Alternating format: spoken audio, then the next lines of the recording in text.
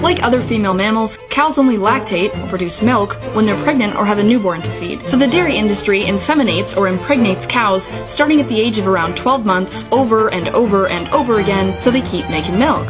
And it's a rather routine process. You see, first the industry jacks off a bunch of bulls, sometimes using a hand or help from an electro-ejaculator, which is basically a giant cow dildo that goes into the anus of the bull until he blows.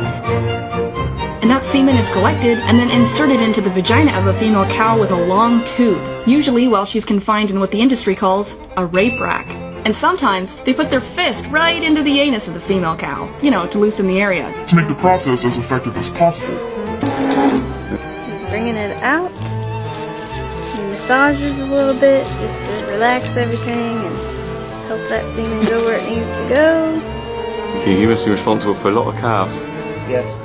And when that baby cow is born, it's pretty much immediately taken away from its mother and locked in a crate.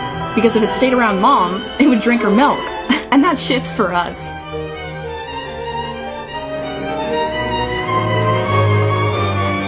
And you see, a mother cow's bond with her young is very strong and affectionate, and she sometimes cries out for days in search of her baby.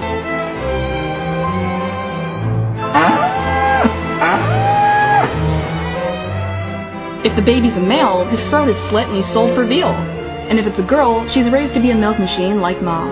So dairy cows are continuously, repeatedly kept pregnant their whole lives to keep them lactating. This leads to premature aging, exhaustion, and mastitis, a painful yet common condition in dairy cows, which is inflammation and sometimes infection of the udder.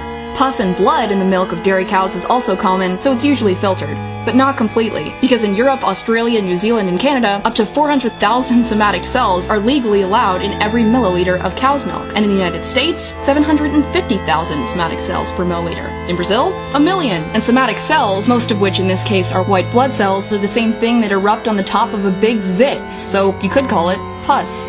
But don't worry, there's a limit.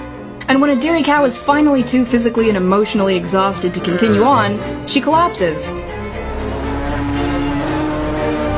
These cows are called downers, and they are dragged out by whatever means to be killed and sold for beef.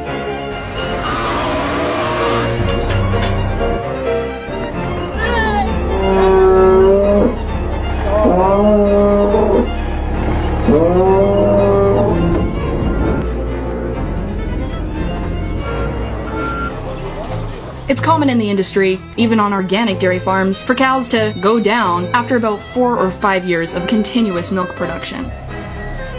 But peak milk production declines around 4 to 5 years anyways, so if the dairy cows are still standing, they're gonna be killed for hamburgers and beef regardless. You see, the dairy industry is the meat industry. Almost every single dairy cow that you will ever buy milk that came from ends up being killed for meat. So if you're vegetarian, you might want to think about this, because at least when you're being raised for meat, you're just raised for meat and killed. But when you're a dairy cow, you are sexually exploited and emotionally and physically exhausted until you can't take it anymore, and then you're killed for meat. Sounds worse.